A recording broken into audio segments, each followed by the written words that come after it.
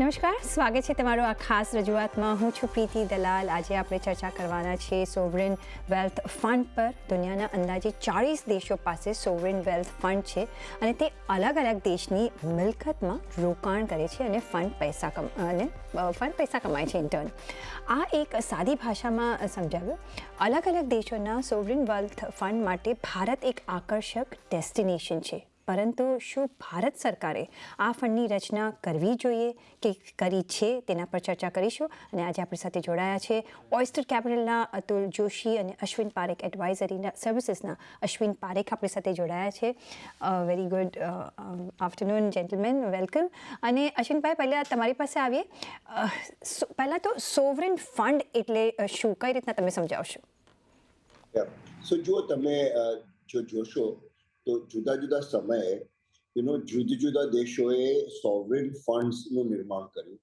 એટલે કદાચ સોવરેન ફંડની પહેલી કલ્પના જાપાન ફંડથી થઈ, કે જ્યાં આગળ એક વખત એક સ્ટેજ હતો કે જેમાં મોટી મોટી જાપાનીઝ કંપનીઝો ઓટો ઇન્ડસ્ટ્રીની અંદર, સેમિકન્ડક્ટરની અંદર, સોની જેવી કંપનીઓ, એ લોકો પાસે અને એક પ્રકારનું ડેમોગ્રાફિક બેનિફિટ હતું જાપાન પાસે.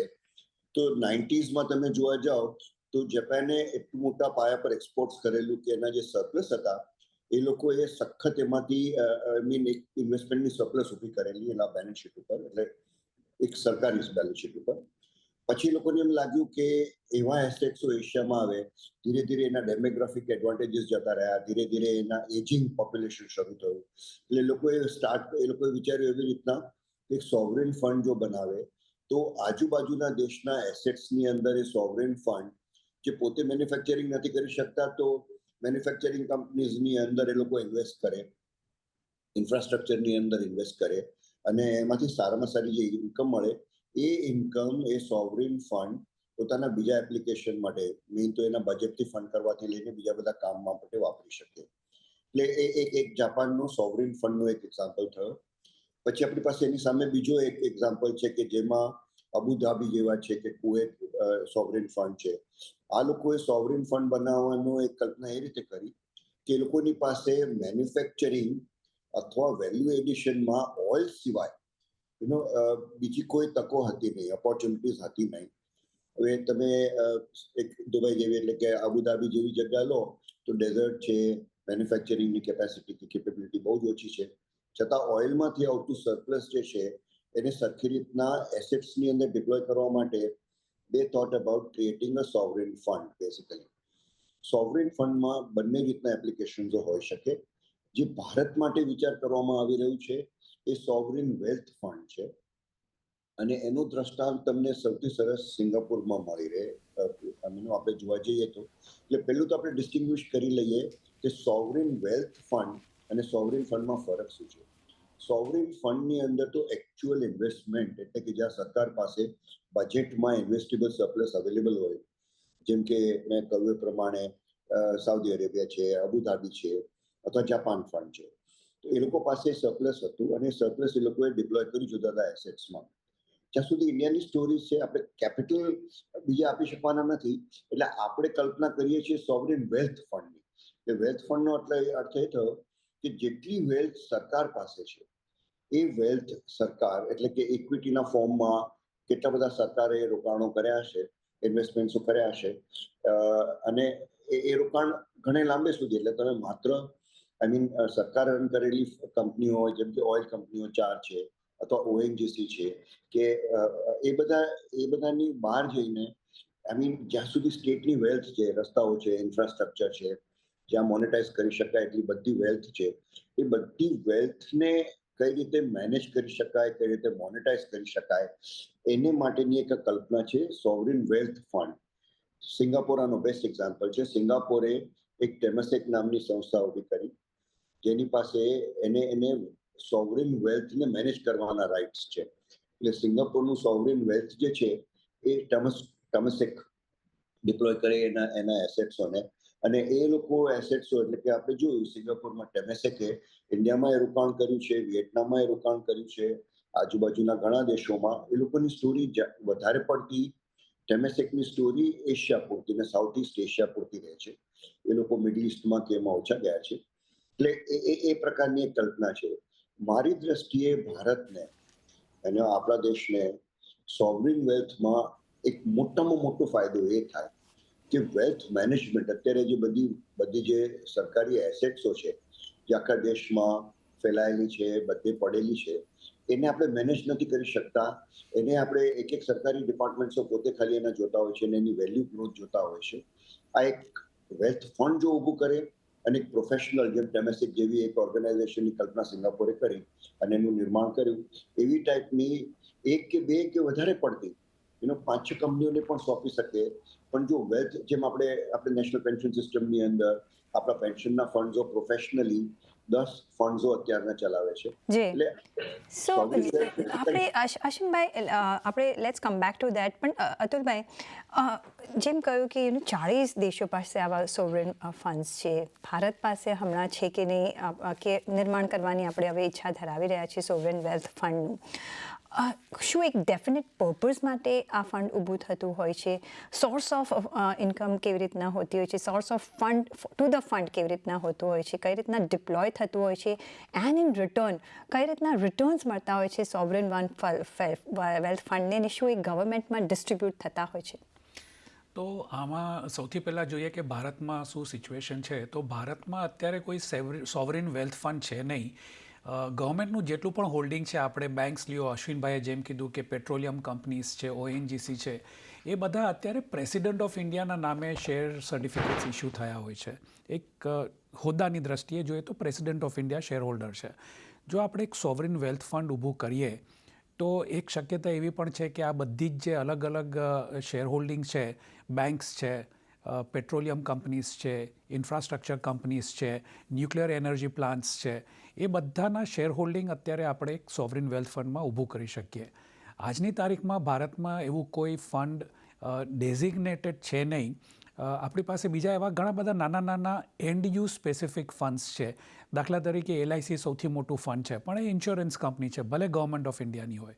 એવી જ રીતે આપણી પાસે EPFO છે, એમ્પ્લોઈઝ પ્રોવિડન્ટ ફંડ ઓર્ગેનાઇઝેશન, જે ભારતના જેટલા એમ્પ્લોઈઝે પ્રોવિડન્ટ ફંડ કોન્ટ્રીબ્યુટ કર્યું એનું વેલ્થ મેનેજમેન્ટ કરે છે અને રિટર્ન્સ એમ્પ્લોઈઝને આપે છે. એવી રીતે આપણી પાસે કોલ માઇનર્સ પ્રોવિડન્ટ ફંડ છે, આપણી પાસે અશ્વિનભાઈએ જેમ કીધું એમ NPS છે, નેશનલ પેન્શન સ્કીમ. તો અલગ અલગ એન્ડ યુઝ સ્પેસિફિક ફંડ્સ છે, પણ સોવરિન વેલ્થ ફંડ આપણી પાસે નથી. અને એના સોર્સિસની આપણે વાત કરીએ તો એક તો જેમ આપણે હમણાં જ વાત કરી કે બધા શેર હોલ્ડિંગ્સ આપણે એમાં ટ્રાન્સફર કરી શકીએ. બીજી રીતે આપણે જોઈએ તો government of India generally VGF આપતી હોય છે, ઇન્ફ્રાસ્ટ્રક્ચર ફંડ્સને, વાયબિલિટી ગેપ ફંડિંગ. તો ગવર્મેન્ટ માટે એ એક એક્સપેન્ડિચર થઈ ગયું અને પ્રોજેક્ટ માટે એ એક પ્રોફિટ એન્ડ લોસ અકાઉન્ટની આઇટમ થઈ ગઈ કે વન ટાઈમ ગ્રાન્ટ આવી ઇન્કમમાં અને એમાંથી પ્રોજેક્ટનો એક્સપેન્સ બાદ કરવા મળ્યો.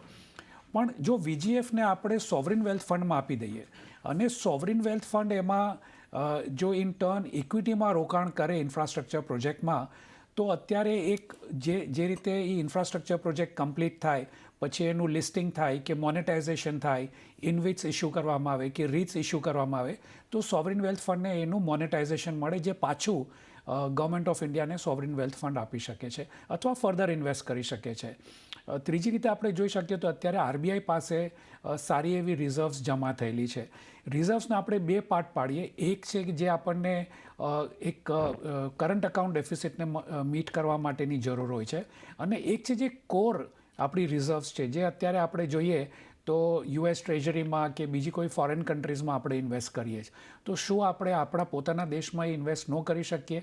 માની લો કે ફક્ત 5% રિઝર્વ્સના આપણે એલોકેટ કરીએ RBIમાંથી, અને એ 5% જો આપણે સોવરિન વેલ્થ ફંડમાં ઇન્વેસ્ટ કરવામાં આવે અને એ પૈસા પાછા ઇન્ડિયામાં ડિપ્લોય કરવામાં આવે અથવા આઉટસાઇડ ઇન્ડિયા, જે રીતે આપણે અમુક જીઓપોલિટિકલ ઇન્ટરેસ્ટ હોય તો એમાં તમે ઇન્વેસ્ટ કરી શકો.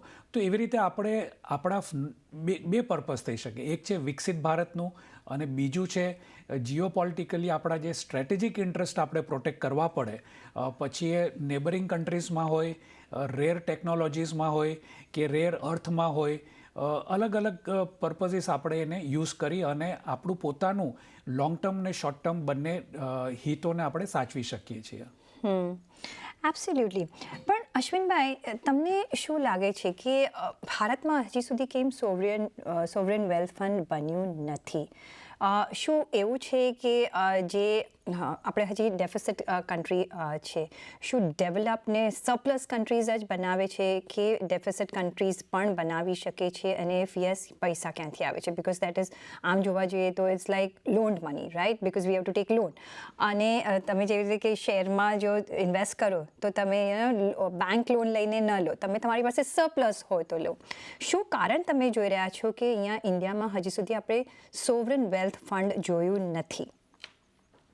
એના 3 કે 4 કારણો હોઈ શકે. પહેલું કારણ તો એ કે બીકોઝ કે આપણે કર્યું નથી એટલે આપણે કર્યું નથી કરીને એવું વિચાર્યું નહોતું. કદાચ એક પ્રગતિશીલ સરકાર, એટલે કે અત્યારે જે આપણી સરકાર છે, એણે કદાચ વિચાર કર્યો હોય કે જો આપણે સેમિકન્ડક્ટર્સની અંદર, આર્ટિફિશિયલ ઇન્ટેલિજન્સની અંદર, આ બધા એવા નવા સેક્ટરો છે કે જ્યાં સખત રોકાણની જરૂરત પડશે. એ રોકાણ જો આપણા બજેટમાંથી ફંડ કરવું પડે તો આપણે કદાચ, મોટાભાગનું તો પ્રાઇવેટ સેક્ટરો જો આગળ આવીને કરશે અને એના ફોરેન પાર્ટનર્સો ઇક્વિટીના રૂપમાં એફડીઆઈમાં ઇન્ડિયામાં લઈ આવશે. પણ જો સરકારે એની અંદર પાર્ટિસિપેટ કરવું હોય પ્રમોટ કરવા માટે, તો સરકાર પાસે જે નાણાં જે જરૂર પડશે મોટા પાયા પર પડવાની છે. આપણી ઇકોનોમી ધીરે ધીરે કરતાં ખરી મોટી થઈ રહી છે. એ દ્રષ્ટિએ આ વેલ્થ ફંડ કદાચ અત્યારના આ સમય બી વિચાર્યું હોય તો એ યોગ્ય સમય છે મારી દ્રષ્ટિએ. ઇટ્સ નેવર ટુ લેટ, એમ આપણે કહી શકીએ. બીજું, આનાથી ઘણા બીજા ફાયદાઓ છે. માત્ર રોકાણ નહીં, અત્યારના એક ઇન્વેસ્ટમેન્ટ જે સરકારનું છે એને આપણે એટલે એક સ્લીપિંગ ઇન્વેસ્ટમેન્ટ કહી શકીએ. ઓએનજીસીના શેર્સ છે, તમે બધા ચારે ઓઇલ કંપનીના શેર્સ છે, બેંકોના શેર્સ છે. બેંકોના શેર્સમાં આપણે જોઈ શકીએ છીએ કે તમે જે રીતે વેલ્યુ જેમ એને સરખી રીતના મેનેજ ન કરવામાં આવ્યા, તેની વેલ્યુ ઘણી ઘટી ગઈ. પહેલી વખત 10 વર્ષની અંદર આ છેલ્લા કદાચ મિનિસ્ટ્રી ઓફ ફિનાન્સે પબ્લિક સેક્ટર બેન્કિંગ ઉપર જે ધ્યાન આપ્યું ને વેલ્યુ ક્રિએશન કર્યું, હવે એ વેલ્યુ ક્રિએશન એના પોતપોતાના શેર્સોમાં પણ છે, જે અતુલભાઈએ રાઇટલી કહ્યું પ્રેસિડેન્ટ ઓફ ઇન્ડિયાના નામ ઉપર છે. એટલે સેકન્ડ મુદ્દો એ છે કે એનું મેનેજમેન્ટ, આ બધા એસેટ્સનું મેનેજમેન્ટ, આ વેલ્થનું મેનેજમેન્ટ એક સંસ્થાકીય માળખા ઉપર, અને જો ટેમેસેકની જેમ આપણે અનુભવ લઈએ તો એક પ્રાઇવેટ સેક્ટર ફંડ, એટલે પ્રાઇવેટ સેક્ટરની બોડી ઊભી કરીએ અને એને જો મેનેજમેન્ટ સોંપવામાં આવે, જેમ એનપીએસની કલ્પના કરવામાં આવી, તો એનપીએસની વખતે પેન્શન ફંડ મેનેજર્સો પ્રાઇવેટ સેક્ટરના છે. એ પ્રાઇવેટ સેક્ટર ફંડના મેનેજરો હોવાને કારણે એનું રિટર્ન કન્સિસ્ટન્ટલી તમને સારામાં સારું જોવામાં આવ્યું છે. બેન્ચમાર્ક મ્યુચ્યુઅલ ફંડ કરતાં 150 થી 200 બેઝિસ પોઈન્ટ એ લોકોએ વધારે સારું પરફોર્મ વર્ષોને વર્ષ સુધી એમ છેલ્લા જ્યારથી 2004થી શરૂ થયું ત્યારથી કર્યું છે. એટલે એક બીજી એક કે એફિશિયન્ટલી આપણે ડિપ્લોય કરી શકીએ. ત્રીજું, એક સેન્ટ્રલ બોડી કે જે નક્કી કરે કે સ્ટ્રેટેજિક એસેટ્સ, જેમ અતુલભાઈએ કહ્યું એમ સ્ટ્રેટેજિક એસેટ્સની અંદર ઘણા નેબરિંગ એસેટ્સ પણ આવી જાય. હવે આપણે એક નક્કી કર્યું કે આપણે હમ્બનટોટા જે છે શ્રીલંકામાં, એના પોર્ટની અંદર આપણે ફંડિંગમાં મદદ કરશું, અથવા બાંગ્લાદેશમાં આપણે ઘણું ઇન્ફ્રાસ્ટ્રક્ચરમાં ફંડિંગ કર્યું છે. હવે આ સ્ટ્રેટેજિક ઇન્વેસ્ટમેન્ટ્સો જો એક, જેમ સિંગાપોરમાં ટેમેસેક એને મેનેજ કરે છે, એમ એક આ મેનેજિંગ બોડી હોય તો પોલિટિકલ પ્રેશરની બહાર નીકળીને કોમર્શિયલ ડિસિઝન બેઝિસ ઉપર જ તમે એમ જુઓ કે બાંગ્લાદેશમાં કંઈક પોલિટિકલ ચેન્જ આવવાના ચાન્સીસ છે. 6 મહિના પહેલા જ તમને આ ફંડના જો મેનેજર્સો હોય તો એમાંથી નીકળી આવે, બીજા કોઈકને વેચી દે. એટલે આખું એક કોમર્શિયલાઇઝેશન અથવા મોનેટાઇઝેશન શક્ય બની શકે છે ધીરે ધીરે આગળ ચાલતા. અત્યારે ટામેસેક આ જ પ્રમાણે કરે છે. એટલે મારી દ્રષ્ટિએ અત્યારના પણ આ વિચાર કર્યો તો એકદમ અત્યંત સુંદર વિચાર છે. ત્રણેય ફાયદાઓ આપણને, સ્ટ્રેટેજિક એડવાન્ટેજ મોનેટાઇઝેશન કરવાનું, એફિશિયન્ટ થઈ જવાનું આની હિસાબે વધારે ને વધારે, અને મોટી જે જરૂરત ઊભી થવાની છે જે ઇન્ડિયાને, આ બધા નવા ઉદ્યોગ ક્ષેત્રની અંદર, મેક ઇન ઇન્ડિયાથી લઈને બધા ઉદ્યોગ ક્ષેત્રમાં આપણે જે જઈ રહ્યા છીએ, એને માટે ખરેખર એક સારી કલ્પના છે. It's a very nice let's say alternate that we will be creating, મારી દ્રષ્ટિએ. એબ્સોલ્યુટલી. અને અત્યારના જ્યારે ભારત સેન્ટર ઓફ અટ્રેક્શન છે વર્લ્ડ વાઇડ, અને આપણી પાસે રિસોર્સિસ છે, તો વાય નોટ, પણ કઈ રીતના બિલ્ડઅપ કરી શકીએ છીએ એના પર બી આપણે ચર્ચા કરીશું. પણ એ પહેલાં લઈ લેવો પડશે મારો બ્રેક. તો બ્રેક લઈને પાછા ફરીશું. જોડાયેલા રહેજો અમારી સાથે.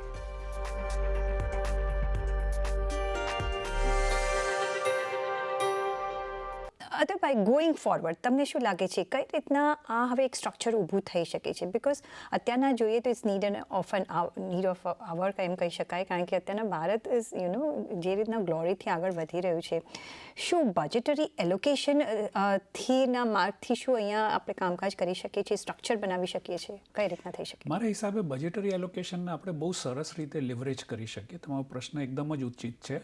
આપણે જોઈએ જે રીતે મેં પહેલાં કીધું એમ કે વાયબિલિટી ગેપ ફંડિંગ એક એક્સપેન્ડિચર આઇટમ છે ગવર્મેન્ટના બજેટમાં, અને એ સીધું કોઈ પણ ઇન્ફ્રાસ્ટ્રક્ચર પ્રોજેક્ટને એલોકેટ થઈ જાય છે. ઇન્ફ્રાસ્ટ્રક્ચર પ્રોજેક્ટમાં એ ઇન્કમ તરીકે દેખાય, વન ટાઈમ ઇન્કમ તરીકે દેખાય ને પછી એ અદૃશ્ય થઈ જાય છે. ગવર્મેન્ટને કોઈ રિટર્ન એમાંથી મળતું નથી, ફક્ત ને ફક્ત ખર્ચો જ છે. માની લો કે આપણે એ VGFનું એલોકેશન સોવરિન વેલ્થ ફંડમાં કરીએ અને સોવરિન વેલ્થ ફંડ એને ઇક્વિટી તરીકે પ્રોજેક્ટમાં ઇન્વેસ્ટ કરે તો ડેફિનેટલી જ્યારે પણ પ્રોજેક્ટ અપ એન્ડ રનિંગ થાય ત્યારે એમાંથી મોનેટાઇઝ કરી શકાય. બીજી રીતે આપણે જોઈએ તો ગવર્મેન્ટ ઘણી બધી સબસિડીઓ આપતી હોય છે. એ દરેક સબસિડી દરેક અલગ અલગ જગ્યાએ, ખાસ કરીને ઔદ્યોગિક સબસિડી અથવા નવા વેન્ચર્સ માટે, નવી ટેકનોલોજી માટે જો ગવર્મેન્ટ એલોકેટ કરે તો એ બધીને આપણે ખર્ચા તરીકે ગણાવવાને બદલે બજેટમાં એને એલોકેશન કરીએ સોવરિન વેલ્થ ફંડમાં, અને સોવરિન વેલ્થ ફંડ પછી એને ઇક્વિટી તરીકે રોકાણ કરે. દાખલા તરીકે આપણે અત્યારે સેમિકન્ડક્ટર ઇન્ડસ્ટ્રીની બહુ વાતચીત થાય છે, તો એમાં જે ખર્ચો લાગવાનો છે ખાસ કરીને રિસર્ચ એન્ડ ડેવલપમેન્ટમાં, એમાં ખર્ચો તો બહુ જ મોટો છે પણ સમય પણ ઘણો લાંબો લાગી શકે, 3 વર્ષ 5 વર્ષ, તો એને મોનેટાઇઝ કરતાં 7 થી 8 વર્ષ લાગે. તો પ્રાઇવેટ સેક્ટર એમાં કેટલું રોકાણ કરશે? ગવર્મેન્ટે અલ્ટિમેટલી કાંઈક ને કાંઈક ઇન્સેન્ટિવ્સ આપવા પડશે, કાં તો રિસર્ચ એન્ડ ડેવલપમેન્ટ માટે, કાં સબસિડી, કાં ઇન્ટરેસ્ટ સબવેન્શન, કાંઈક ને કાંઈક. તો એવા ઘણા બધા હેડિંગ્સ છે ગવર્મેન્ટના બજેટમાં, ઇન્ટરેસ્ટ સબવેન્શન છે, સબસિડીઝ છે, VGF છે, એ બધાને આપણે એલોકેશન કરી નાખીએ સોવરિન વેલ્થ ફંડમાં અને એનું યુટિલાઇઝેશન આપણે કરીએ તો ભવિષ્યમાં આપણને એ પાછા બજેટમાં મલ્ટિપલ ટાઈમ્સ થઈને આવી શકવાની શક્યતા છે કે આપણે અત્યારે 100 રૂપિયા નાખ્યા અને 5, 7, 8 વર્ષ પછી એ 200, 500, 1000 રૂપિયા થઈને પાછા આવી શકે. તો એવી રીતે આપણે ડેવલપમેન્ટને એક સારું એવું પુશ આપી શકીએ. બીજું કે પ્રાઇવેટ સેક્ટર જ્યારે આવા નવી ટેકનોલોજીમાં ઇન્વેસ્ટ કરવા જતું હોય છે તો એમને કેપિટલ ડેફિશિયન્સી નડતી હોય છે કે લોંગ ટર્મ છે, આટલું બધું આપણે ક્યાંથી ઇન્વેસ્ટ કરીએ એટસેટ્રા. તો આવી રીતે ગવર્મેન્ટનો જો સપોર્ટ મળી જાય તો બંને રીતે આપણને ફાયદો થાય. ત્રીજું એવું સેક્ટર મારા હિસાબે છે સ્પેસ ટેકનોલોજી. તો સ્પેસમાં પણ જે રીતે આપણે બહુ આગળ વધી ગયા છીએ અને ગવર્મેન્ટ હવે સ્પેસ સેક્ટરને પ્રાઇવેટાઇઝ કરવા માટે ઘણા બધા ઇન્સેન્ટિવ્સ આપે છે, ટેકનોલોજીકલ ટ્રાન્સફર્સ પણ આપે છે. તો એ બધાને એક વેલ્યુ અટેચ કરી અને એની સામે એક એન્ટિટી આપણે ઊભી કરીએ સોવરિન વેલ્થ ફંડની, જેમાં ઇક્વિટી એલોકેટ થઈ જાય, તો ઘણી બધી રીતે ગવર્મેન્ટ આનો ફાયદો લઈ શકે છે અને અલ્ટિમેટલી 5 થી 7 વર્ષમાં ગવર્મેન્ટે જેટલા પૈસા રોક્યા હશે એનાથી મલ્ટિપલ ટાઈમ્સ ગવર્મેન્ટને એનું વળતર મળી શકે એમ છે, જેની ઇફેક્ટ અલ્ટિમેટલી 5 થી 7 વર્ષ પછી બજેટની ડેફિસિટ અથવા બજેટમાં સરપ્લસ તરફ જવાની આપણી એક મજલ ચાલુ થઈ જશે. વાવ. સો ઓફકોર્સ એટલે આપણી બેલેન્સ શીટ પણ સુધારી શકીએ છીએ. પણ અશ્વિનભાઈ, તમે કઈ રીતના જોઈ રહ્યા છો એક ફાઇનલ વર્ડ, એક ડેમોગ્રાફિક એડવાન્ટેજ લઈને એક સોવરિન ફંડ બનતું હોય છે, સોવરિન વેલ્થ ફંડ બનતું હોય છે, તમને શું લાગે છે કે આપણે કયા એવા રિસોર્સિસ મોનેટાઇઝ કરી શકીએ છીએ? પહેલી વસ્તુ તો આપણે એ જોઈએ કે આપણે જો 3 કે 4 પ્રોગ્રામ્સો જેવું એક વખત દેશ અને દુનિયાભરમાં ચાઇના વિશેનો પ્રશ્ન ઊભો થયો અને ચાઇના 2 વિશેની કલ્પના આવી ત્યારે આપણે લોકોએ હંમેશા વિચાર્યું કે ઇન્ડિયા કેન બીકમ ચાઇના 2. અને મેક ઇન ઇન્ડિયા જેવા પ્રોગ્રામ્સો આપણે એને આગળ કર્યા, PLI જેવા પ્રોગ્રામ્સો આગળ કર્યા. આ બધાની પાછળ જે મોટા પ્રમાણનું રોકાણ જોઈએ ઇન્ફ્રાસ્ટ્રક્ચર બિલ્ડ કરવા માટે, એ બધું કરવા માટે. તો મારી દ્રષ્ટિએ એકદમ આ ઊંચે પ્લેટફોર્મ છે. સોવરિન વેલ્થ ફંડનું એક જે પ્લેટફોર્મ છે એકદમ ઉચિત પ્લેટફોર્મ છે, જેની થકી આ બધું ફંડિંગ કરી શકાય. બીજું એક તમે મને પ્રશ્ન કર્યો કે અત્યારના આપણે પહેલે કેમ આગળ ન કરી શક્યા.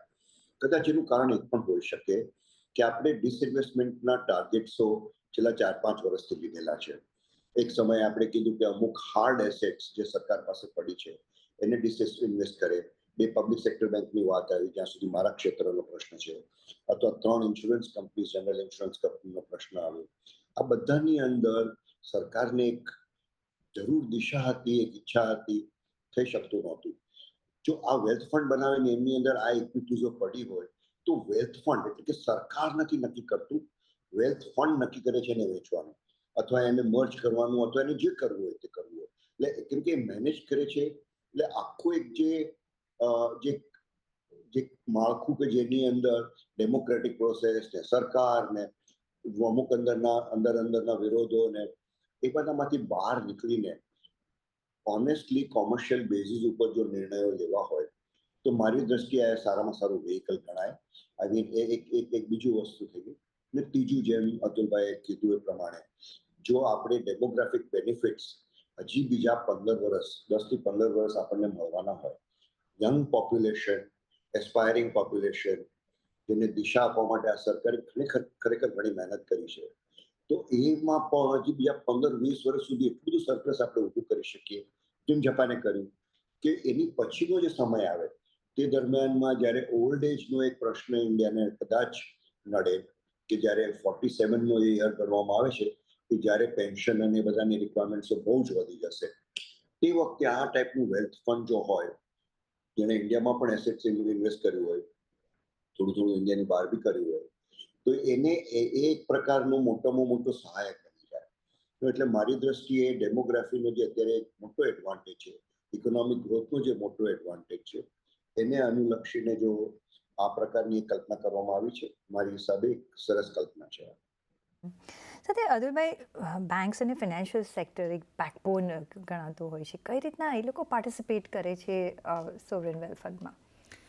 એક આપણે અલગ રીતે આપણે વિચારીએ તો આપણે જે બેન્કોની આપણી જે સિસ્ટમ છે જેમાં president of India majority stack ધરાવે છે, ખાસ કરીને પબ્લિક સેક્ટર બેન્ક્સમાં, તો જ્યારે પણ તકલીફ આવે છે ત્યારે ગવર્મેન્ટે પોતાના બજેટમાંથી પૈસા એલોકેટ કરવા, અને લાસ્ટ 10 વર્ષમાં આપણે જોઈએ તો લગભગ 2 થી 2.5 લાખ કરોડ ગવર્મેન્ટે બજેટરી એલોકેશન કરવું પડ્યું છે બેન્કો માટે.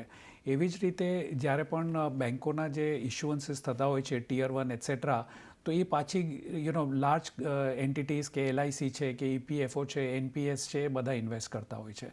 આપણે એક પરિકલ્પના કરીએ કે બેન્કોની જે ભારતમાં જેટલી પણ પબ્લિક સેક્ટર બેન્કોમાં ગવર્મેન્ટનું હોલ્ડિંગ છે એ માની લો કે એક હોલ્ડિંગ કંપનીમાં આપણે નાખી દઈએ અને એની ઉપર સોવરિન વેલ્થ ફંડ હોય, તો સોવરિન વેલ્થ ફંડ જે પોતાનું કોન્ટ્રીબ્યુશન કે જે બી કેપિટલ નાખવાનું હોય એ બેન્કોની હોલ્ડિંગ કંપનીમાં નાખી શકે, અને હોલ્ડિંગ કંપની જે છે એને છૂટ આપવામાં આવે કે એ લિવરેજ કરી શકે, તો 1 લાખ કરોડની સામે માની લો કે 2 લાખ કરોડ ઇસ્યુ કરી શકે, અને એવી રીતે બેન્કોમાં કેપિટલ આવી જાય જે હોલ્ડિંગ કંપનીમાંથી બેન્કોમાં.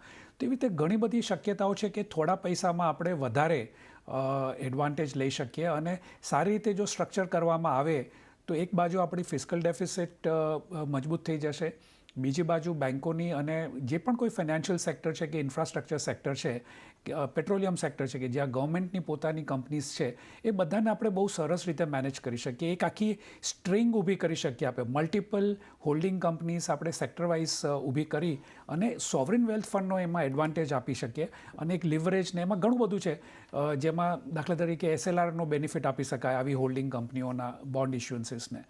તો એડવાન્ટેજ તો સોવરિન વેલ્થ ફંડના ઘણા જ છે જ્યાં સુધી કલ્પના કરી શકાય એવી રીતે, અને ખાસ કરીને ભારત માટે કે જ્યાં આપણે એક હાથમાં વિકસિત ભારતનું સૂત્ર છે અને બીજા હાથમાં આપણે જીઓપોલિટિકલ ઇન્ટરેસ્ટ પ્રોટેક્ટ કરવાના છે આવા વોલેટાઇલ વર્લ્ડમાં, તો એ બંનેનો ફાયદો સંપૂર્ણ રીતે આપણે લઈ શકીએ જો આપણી પાસે સોવરિન વેલ્થ ફંડ હોય તો.